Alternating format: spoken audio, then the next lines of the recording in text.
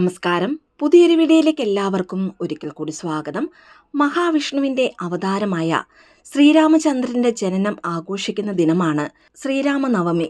ചൈത്രമാസത്തിലെ വെളുത്ത പക്ഷത്തിൽ വരുന്ന നവമി ദിനത്തിലാണ് ശ്രീരാമൻ ജനിച്ചത്. ഈ ദിനം ശ്രീരാമ ജയന്തിയായും അറിയപ്പെടുന്നു.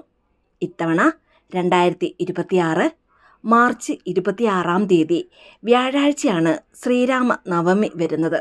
നിങ്ങളൊരു ശ്രീരാമ ഭക്തനാണെങ്കിൽ വീഡിയോ ലൈക്ക് ചെയ്ത് ശ്രീരാമജയം എന്ന് കമന്റ് കൂടി ചെയ്യുക. മഹാവിഷ്ണുവിന് പ്രധാനമായ വ്യാഴാഴ്ചയും രാമനവമിയും ചേർന്ന് വരുന്നതിനാൽ ഈ ദിനത്തിലെ വ്രതാനുഷ്ഠാനങ്ങൾക്ക് സവിശേഷമായ ഫലങ്ങളാണ് ലഭിക്കുന്നത്.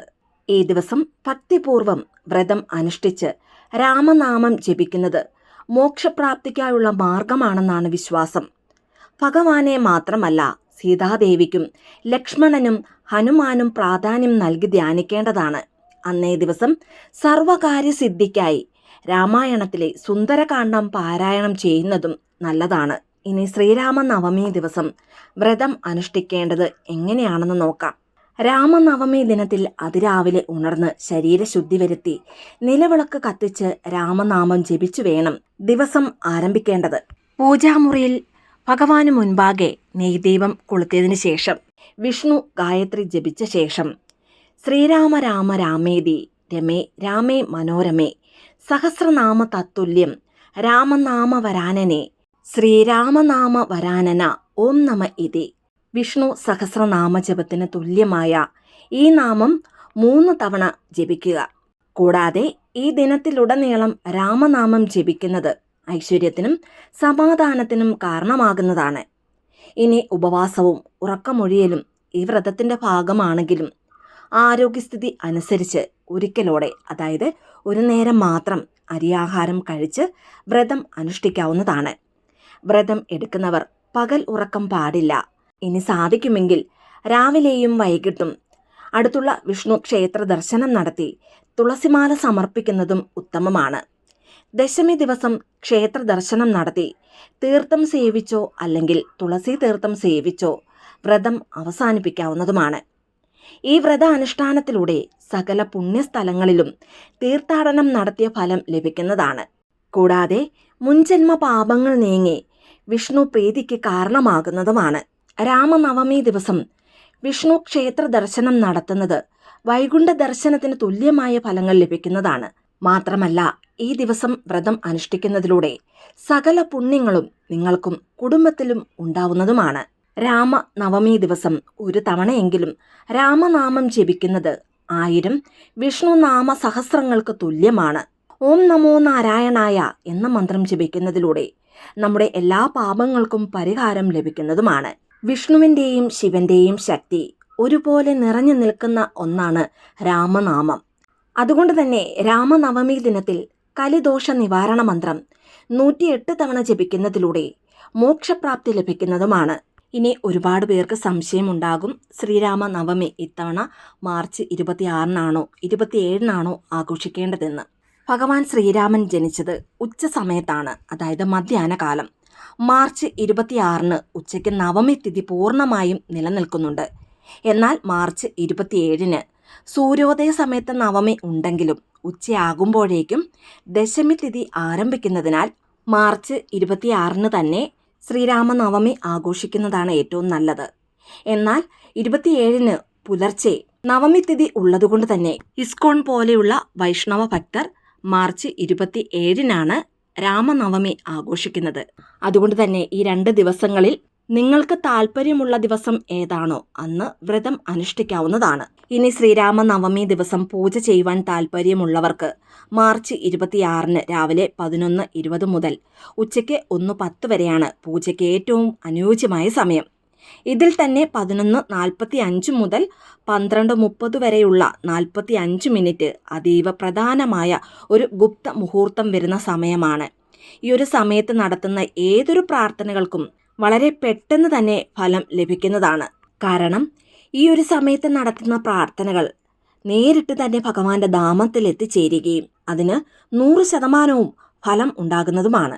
ഇനി രാമനവമി ദിവസം വ്രതമെടുക്കുവാൻ സാധിക്കുന്നവരും വ്രതമെടുക്കുവാൻ സാധിക്കാത്തവരും അന്നേ ദിവസം അതിരാവിലെ കുളിച്ച് മഞ്ഞ വസ്ത്രം ധരിക്കുന്നത് നല്ലതാണ്. ഇനി പൂജാമുറിയിൽ ഭഗവാൻ ശ്രീരാമചന്ദ്രൻ്റെ ഫോട്ടോയ്ക്ക് മുൻപാകെയോ അല്ലെങ്കിൽ വിഷ്ണുവിൻ്റെയോ അതുമല്ലെങ്കിൽ ഭഗവാന്റെ അവതാരമൂർത്തികളുടെ ഫോട്ടോയ്ക്ക് മുൻപാകെയോ ഒരു നെയ്ദീപം കൊളുത്തി മഞ്ഞ പൂക്കൾ സമർപ്പിക്കുക. അതിനോടൊപ്പം തുളസിമാലയും ചാർത്താവുന്നതാണ്. ഇനി മാല ചാർത്തുവാൻ സാധിച്ചില്ലെങ്കിൽ ഭഗവാന്റെ തൃപ്പാദത്തിൽ ഒരു തുളസിക്കതിർ സമർപ്പിക്കുക. വ്രത ദിവസം ദേഷ്യം, നുണ പറയുക, പരദൂഷണം എന്നിവ ഒഴിവാക്കി മനസ്സ് ശുദ്ധമാക്കി വെക്കേണ്ടതാണ്. സാധുക്കളെ സഹായിക്കുന്നത് ഭഗവാന് പ്രിയപ്പെട്ട കാര്യമാണ്. രാമനാമം ജപിക്കുന്നതിലൂടെ അജ്ഞാനമാകുന്ന ഇരുട്ടുമാറി ദിവ്യപ്രകാശം നിറയുന്നതാണ്.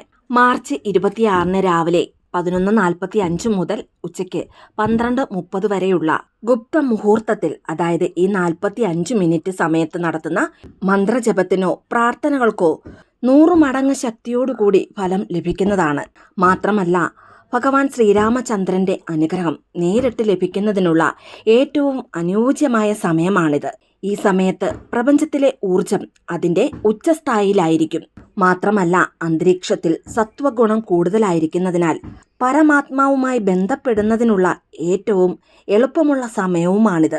രാമനവമി വരുന്നത് ചൈത്ര നവരാത്രിയുടെ 9ാം ദിവസമായതിനാൽ ഈ ദിവസം നടത്തുന്ന പ്രാർത്ഥനയിലൂടെ ശ്രീരാമചന്ദ്രന്റെ അനുഗ്രഹത്തോടൊപ്പം സകല സിദ്ധികളും ശക്തികളും നൽകുന്ന സിദ്ധിദാത്രി ദേവിയുടെ അനുഗ്രഹവും ലഭിക്കുന്നതാണ്. ചുരുക്കി പറഞ്ഞാൽ, ജീവിതത്തിൽ വലിയ മാറ്റങ്ങൾ കൊണ്ടുവരാൻ സഹായിക്കുന്ന അതീവ ശക്തിയുള്ള ഒരത്ഭുത ജാലകമായാണ് ഈ 45 മിനിറ്റിനെ കണക്കാക്കുന്നത്. അതുകൊണ്ട് തന്നെ വ്രതം എടുക്കുന്നവരും വ്രതമെടുക്കുവാൻ സാധിക്കാത്തവരും രാമനവമി ദിവസം ഒരു കാരണവശാലും ഈ 45 മിനിറ്റ് ആരും തന്നെ പാഴാക്കരുത്. ഈ 45 മിനിറ്റിൽ രാമരക്ഷാസ്തോത്രം ചൊല്ലുന്നത് അതീവ ഫലദായകമാണ്. ഇനി ഇതൊന്നും ചൊല്ലുവാൻ സാധിക്കാത്തവർ ഭക്തിയോടുകൂടി ഓം രാമായ നമഃ എന്ന മന്ത്രം ജപിക്കുന്നതിലൂടെ ജീവിതത്തിൽ വളരെ വലിയ മാറ്റങ്ങൾ വന്നു ചേരുന്നതാണ്.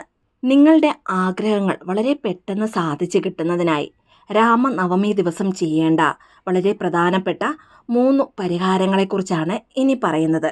ശ്രീരാമ നവമി ദിവസം ഉച്ചയ്ക്ക് മുൻപ് ഏതൊരു സമയത്തും ഈ പരിഹാരങ്ങൾ ചെയ്യാവുന്നതാണ്.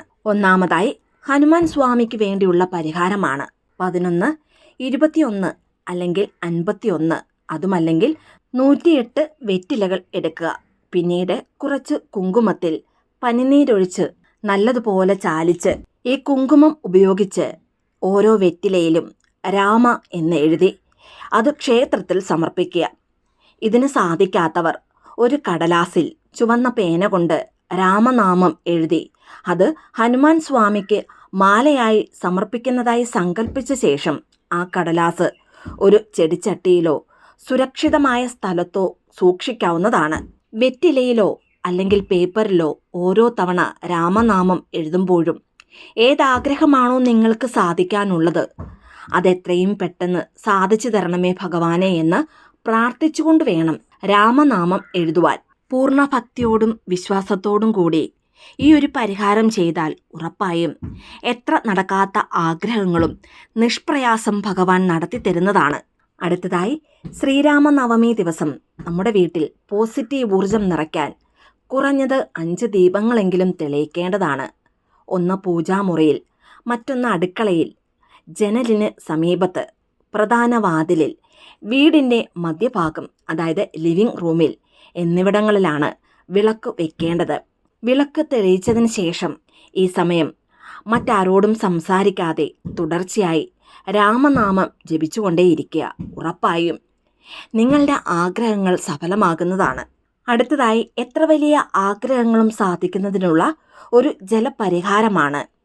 1 ഗ്ലാസ് വെള്ളത്തിൽ കുറച്ച് തേനും 1 നുള്ളു മഞ്ഞൾപ്പൊടിയും ചേർത്ത് അതിലേക്ക് നോക്കി നിങ്ങളുടെ ആഗ്രഹം എന്താണോ അത് പറയുക.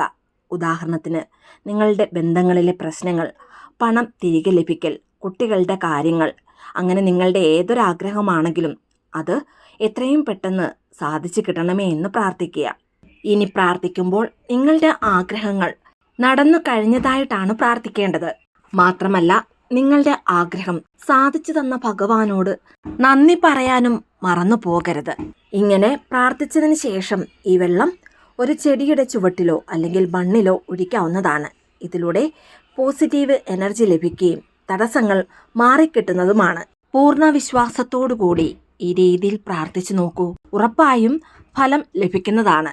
ഇതിനെല്ലാം ഉപരി ഈ ദിവസം രഹസ്യമായി ദാനധർമ്മങ്ങൾ ചെയ്യുന്നത് വളരെ പുണ്യമാണ്. ഒരു കൈ നൽകുന്നത് മറുകൈ അറിയാത്ത വിധത്തിൽ വേണം ദാനം ചെയ്യുവാൻ.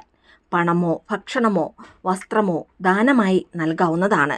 ഇനി ശ്രീരാമ നവമി ദിവസം ദാനധർമ്മങ്ങൾ ചെയ്യുവാൻ സാധിക്കാത്തവർ ആ തുക മാറ്റിവെച്ച് പിന്നീട് ആരുടെയെങ്കിലും മരുന്നിനോ ട്യൂഷൻ ഫീസിനോ വേണ്ടി ഒരുമിച്ചും നൽകാവുന്നതാണ്. പൂർണ്ണ വിശ്വാസത്തോടും ക്ഷമയോടും കൂടി ഈ കാര്യങ്ങൾ ചെയ്യുന്നതിലൂടെ ജീവിതത്തിൽ നല്ല മാറ്റങ്ങൾ വന്നു ചേരുന്നതാണ്.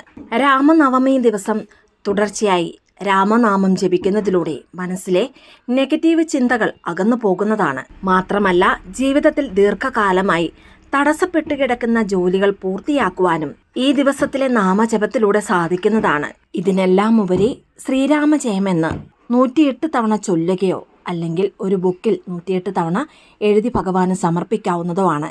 ഇതിലൂടെയും നിങ്ങളുടെ ആഗ്രഹങ്ങൾ നിഷ്പ്രയാസം സാധിച്ചു കിട്ടുന്നതാണ്.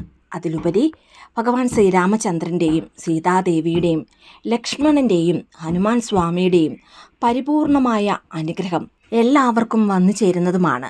ഈ വീഡിയോ നിങ്ങൾക്കിഷ്ടപ്പെട്ടാൽ ലൈക്ക് ചെയ്യാനും മറ്റുള്ളവരിലേക്ക് ഇത് ഷെയർ ചെയ്ത് കൊടുക്കുവാനും മറക്കരുത്. ഇതുപോലെയുള്ള വീഡിയോസിനായിട്ട് ചാനലൊന്ന് സബ്സ്ക്രൈബ് ചെയ്യുവാനും മറന്നു പോകരുത്. വീണ്ടും നല്ലൊരു വീഡിയോ ആയിട്ട് വരുന്നിടം വരെ നന്ദി, നമസ്കാരം.